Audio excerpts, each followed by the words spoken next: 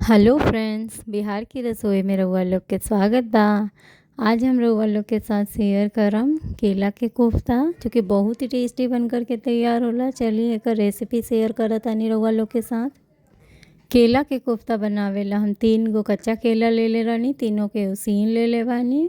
उसीन करके केला के छिलका अच्छा से निकाल ले हम। इस तरीक़ा से देखिए छिलका निकाल लेनी हम।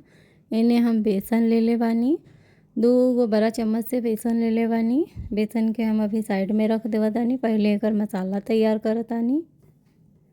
मसाला तैयार करेला हम कम से कम 10 गो हरा मिर्चा ले ले बानी, थोड़ा सा अदरक और 2 गांठ के करीब लहसुन ले ले बानी, थोड़ा सा दालचीनी। सबके अच्छा से हम मिक्सी के जार में महीन से पीस ले हम। इनमें थोड़ा सा गोटा जीरा और 2-3 गो गोल मिर्च ले ले बानी, सब के पीस ले हम।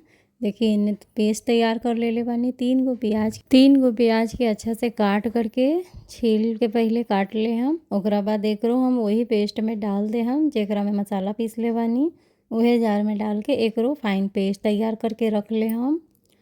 ये वही समय पीसे के रहलक, लेकिन हम प्याज पीसे ला भुला गई नहीं है, यही से बाद में प्याज के काट के पीसतानी है। अब पेस्ट तैयार हो गई बा। अब में हम कुछ बेसिक मसाला डाल ले हम, जैसे कि हल्दी पाउडर, धनिया पाउडर, कश्मीरी मिर्च अपन अंदाज से डाल ले हम। जितना मसाला तैयार करे के ओकरा बाद पानी डाल के एकरा फूले ला छोड़ दे हम। मसाला फूल जाला से बहुत ही अच्छा रस तैयार होला सब्जी के।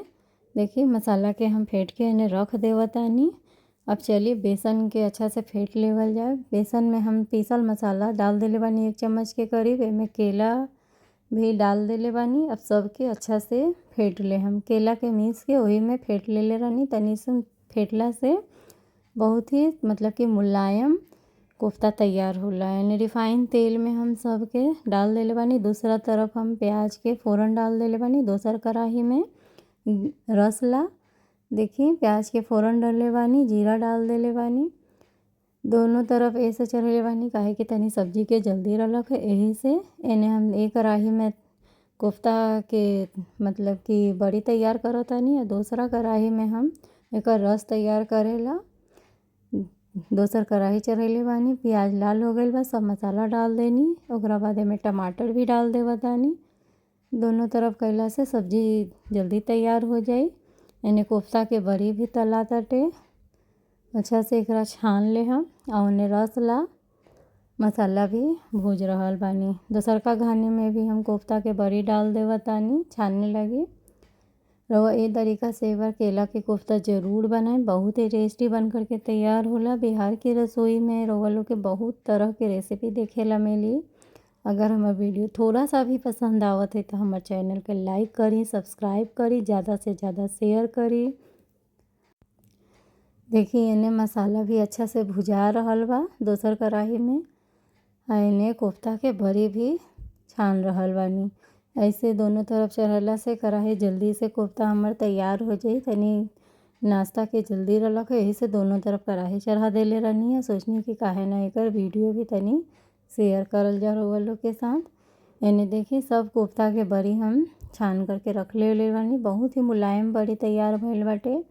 बेसन के जब फेंटल जाला उसनल केला के साथ तो एकर बड़ी बहुत ही मुलायम बन के तैयार होला। यही से बेसन में मसाला डालला के बाद ओकरा थोड़ा देर फेंट लेवे के चाही। इन्हें मसाला भी भुजा गइल बा। देखी मसाला से तेल छोड़ देले बा। हम तेल ज़्यादा नहीं डाले काहे कि हमने के घर में इतना तेल ना मतलब कि कोई पसंद करेला। यही से तेल के मात्रा के हम ज़्यादा नहीं रख ले, उतना ही रख ले बानी जितना में सब्जी बन जाई। मसाला अच्छा से भुजा जाई। यही में अभी हम इनमें नमक भी डाल दे हम। नमक अपन स्वाद के अनुसार लीही। नमक डालला के बाद अच्छा से चला दे हम। ओकरा बाद रस लाई में पानी भी डाल दे हम। ये केला के कोफ्ता बहुत ही टेस्टी बन कर के तैयार होला। हम इतना ना कहम कि बाजार के जैसन बन के तैयार हो, लेकिन घर के स्वाद में आवेला। यही से एक बार ऐसे ज़रूर बनाएं केला के कोफ्ता। अभी एकर पानी खौली तो बहुत ही अच्छा एकर रस बनकर तैयार होला। एक बार इस तरीका से ज़रूर बनाई। चलिए ढक देवतानी खदक जाई। ओकरा बाद में कोफ्ता के बड़ी हम डाल दे हम। देखिए रस अच्छा से खदक गइल बा। अब में एकर बड़ी भी डाल देवतानी, जैसे कि कोफ्ता अच्छा से, मतलब कि एकरा ज़्यादा देर नइखे खौलावे के, थोड़ा सा खौल ओकरा बाद एकरा ढक दे हम। ढकला के बाद 10 से 15 मिनट के छोड़ दे हम। ओकरा बाद एकर रस एमे कोफ्ता में अच्छा से घुस जाई तो बहुत ही अच्छा कोफ्ता बन कर के तैयार होई। एमे ऊपर से हम थोड़ा सा गरम मसाला पाउडर भी डालनी है, जो कि ना दिखा पैनी है। चलिए अब फ्लेम के हम बंद कर देवे तानी, गैस चूल्हा ऑफ कर देनी। एकरा दूसर कटोरा में निकलले बानी। देखी सब्ज़ी बहुत ही टेस्टी बन कर के तैयार भइल बा। अगर हमार रेसिपी रउआ लोग के पसंद आवत होई तो हमार चैनल के लाइक करी, शेयर करी, सब्सक्राइब करी। वीडियो के ज़्यादा से ज़्यादा मतलब कि शेयर करी। कमेंट में बताएं कि हमार वीडियो कैसन लागता। चली मिला तानी अपन अगला वीडियो में।